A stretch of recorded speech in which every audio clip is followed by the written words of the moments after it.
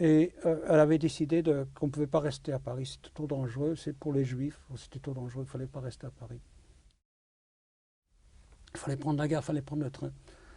Et comme les Juifs n'avaient pas le droit de prendre le train, lorsque les voyageurs rentraient dans la gare, il y avait toutes sortes de gens qui regardaient les voyageurs. D'abord, il y avait la police de Paris.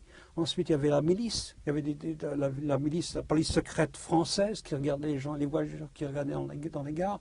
Il y avait aussi, lorsqu'on rentrait alors il fallait être dans les gares, il fallait faire du cinéma, il fallait faire semblant de ne pas avoir peur.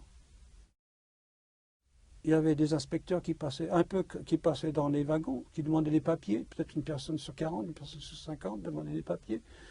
Ils sont passés dans le compartiment, ils ne nous ont pas demandé des papiers. On est passé à côté. La même chose lorsqu'on est sorti de la gare au Mans.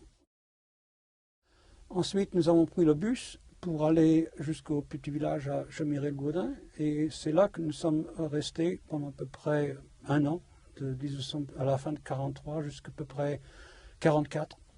Et c'était la même chose, c'est un petit village, peut-être de 300 habitants.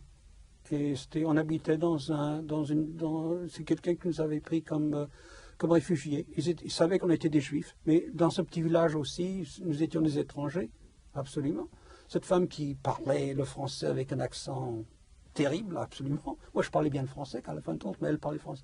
On savait bien qu'ils étaient des étrangers, ils savaient bien qu'ils étaient des Juifs, on aurait pu les dénoncer. Et encore une fois, il fallait s'acheter la nourriture, il fallait aller dans les fermes pour s'acheter de la nourriture. C'était quelque chose généralement, on restait dans la maison, on ne voulait pas sortir, mais de temps en temps, il fallait bien sortir. Moi, j'avais une bicyclette, j'avais 8-9 ans, en ce temps-là, j'avais une bicyclette et j'allais dans les fermes pour s'acheter du lait, pour s'acheter un peu de viande, etc. Elle restait dans la maison, parce qu'elle parlait pas bien français. Elle parlait français très bien, mais avec un accent terrible. Et à chaque fois que les gens nous regardaient, on ne savait pas si on pouvait dénoncer, parce que dans chaque village en France, dans chaque ville en France, il y avait des collaborateurs, c'était certain. Il y avait des gens qui ne collaboraient pas, il y avait des gens qui étaient complètement différents, il y avait des résistants, mais il y avait aussi des collaborateurs. Et les collaborateurs étaient tous antisémites, tous anti-juifs. Il faut bien faire attention. En tout cas, on est resté dans ce petit village pendant à peu près 6, 7, 8 mois.